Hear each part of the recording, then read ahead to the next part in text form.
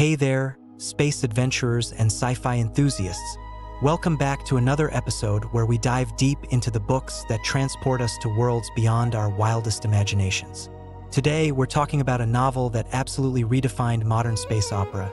And here's a question that'll blow your mind. What happens when humanity's bitter political conflicts collide with something so ancient and alien that it makes our petty squabbles look like schoolyard disputes? That's exactly the explosive question at the heart of James S.A. Leviathan Wakes.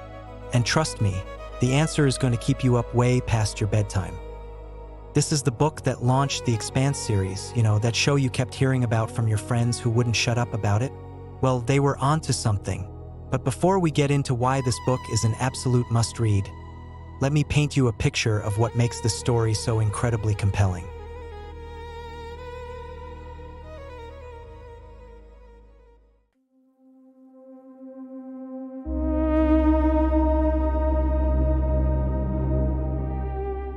Welcome to Visual Fantasy Book Recommendations, the channel dedicated to fantasy and science fiction book summaries, reviews, and recommendations. It is very helpful if you hit the like, comment, subscribe, and share. Help build my channel, and let's take a look into the best fantasy and sci-fi realms out there. Imagine humanity 200 years in the future. We've colonized Mars, we've established stations throughout the asteroid belt, and we've pushed out to the moons of Jupiter and Saturn. Sounds amazing, right? Well, here's the catch. We're still humans, which means we've brought all our political baggage, class warfare, and territorial disputes right along with us. Earth and Mars are locked in a cold war that could go hot at any moment. The belt, where scrappy miners and station workers extract resources for the inner planets, has become the forgotten underclass, exploited and resentful. It's a powder keg floating in the vacuum of space. Now drop into this volatile situation two characters who couldn't be more different. First, there's Jim Holden, an idealistic executive officer on an ice-hauling ship called the Canterbury. He's the guy who believes in doing the right thing, even when it's inconvenient, even when it's dangerous. He's got that classic hero complex, but Corey makes it work because Holden's idealism isn't naive. It's tested, broken, and rebuilt throughout the story. Then we've got Detective Miller, a washed-up cop working security on Ceres Station in the Belt. Miller's a cynic, a guy who's seen too much corruption, who's lost his marriage and maybe his faith in humanity. He gets assigned what seems like a routine case. Find a missing rich girl named Julie Mao who's run off to play revolutionary. It's supposed to be a simple retrieval job. Spoiler alert, it's not. What makes Leviathan Wakes absolutely riveting is how these two storylines crash together. Holden and his crew respond to a distress signal from a ship called the Scopuli, because hey, space law says you have to help, and suddenly they're in the middle of a conspiracy that threatens to ignite a system-wide war. The Canterbury gets vaporized. Holden and his 4 surviving crew members are suddenly refugees on a tiny shuttle, witnesses to what looks like a deliberate act of war, and targets for whoever wants them silenced. Meanwhile, Miller's search for Julie Mao starts leading him down some seriously dark rabbit holes. The missing girl isn't just a rebellious rich kid. She's connected to something much bigger and far more terrifying than political intrigue. And here's where the authors pull off something brilliant. They make you care desperately about Julie Mao. Even though she's barely present in the story, she becomes this haunting presence, this ghost that drives both Miller's obsession and the reader's curiosity. The way these plot threads weave together is masterful. Corey, which, fun fact, is actually the pen name for 2 authors, Daniel Abraham and Ty Frank, creates this intricate web where every action has consequences that ripple across the solar system. Holden's decision to broadcast the truth about what destroyed the Canterbury. It nearly starts a war. Miller's investigation?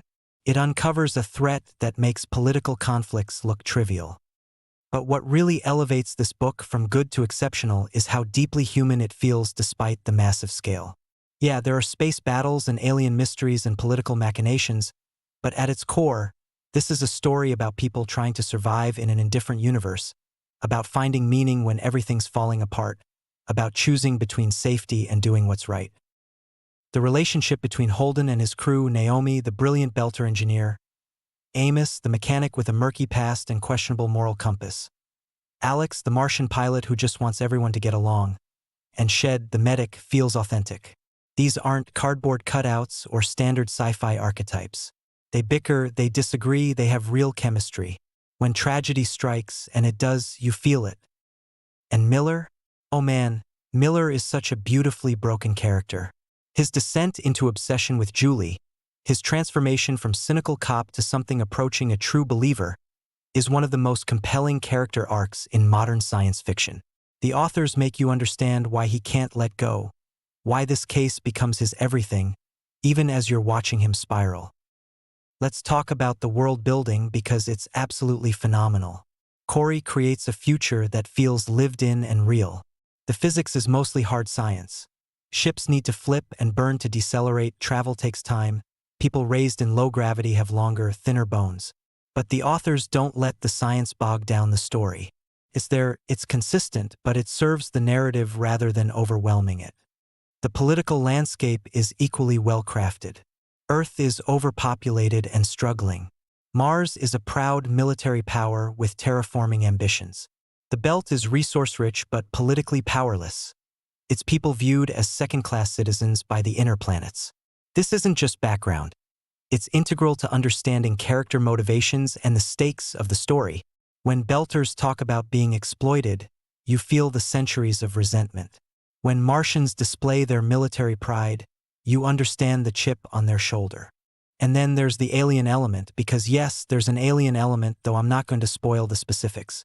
What I will say is that Corey introduces something genuinely unsettling, something that shifts the entire framework of the story. The horror elements, when they appear, are visceral and disturbing in the best way. This isn't just political thriller or military sci-fi. It's also got touches of cosmic horror that would make Lovecraft proud. The prose itself is clean, efficient, and propulsive. This isn't flowery literary fiction. It's thriller-paced storytelling that knows exactly when to hit the gas and when to let characters breathe. Chapters alternate between Holden and Miller's perspectives, and each voice feels distinct. Holden's sections tend to be more action-oriented, while Miller's are more introspective and noir-inflected. The authors have a real gift for tension. Just when you think characters might catch a break, another crisis hits. But it never feels cheap or manipulative because everything flows logically from what's come before. The escalation is earned. And the set pieces, the space battles, the station riots, the infiltration sequences, are choreographed with clarity and excitement. What really impressed me is how Corey handles the big ideas without getting preachy.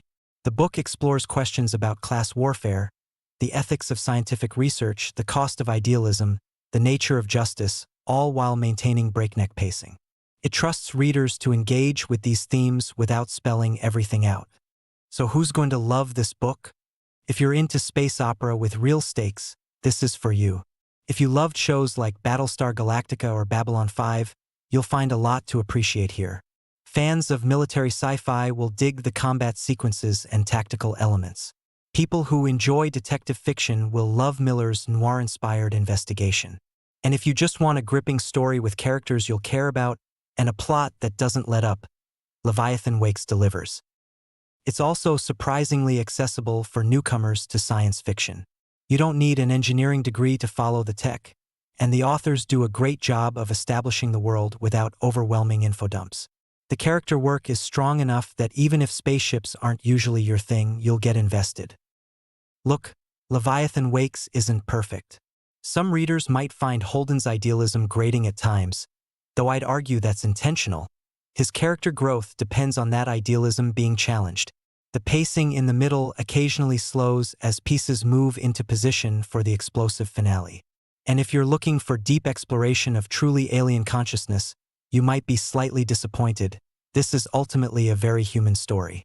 But those are minor quibbles with what is otherwise a masterclass in modern space opera. This book revitalized the genre, proving that you could have hard science, compelling characters, political intrigue, and genuine mystery all in one package.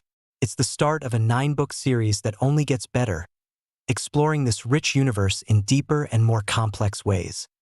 The genius of Leviathan Wakes is that it works on multiple levels. As a thriller, it's relentless. As a mystery, it's satisfying. As a character study, it's nuanced. As world building, it's immersive. It's the kind of book that reminds you why you fell in love with science fiction in the first place, because it shows us humanity pushed to extremes, facing impossible choices and finding ways to survive, to hope, and maybe even to do the right thing. So if you're looking for your next great read, if you want something that'll grab you from page one and not let go until you've devoured all 500+ pages, give Leviathan Wakes a shot. Fair warning though, you'll probably end up binging the entire series, and you'll definitely find yourself shouting at the TV when you inevitably start watching the Expanse adaptation. Remember that question from the beginning? What happens when our conflicts meet something truly alien? Well, you'll have to read it to find out. But I promise you, the journey to that answer is absolutely worth it. Until next time, keep reading, keep exploring, and remember, in space, everyone can hear you scream.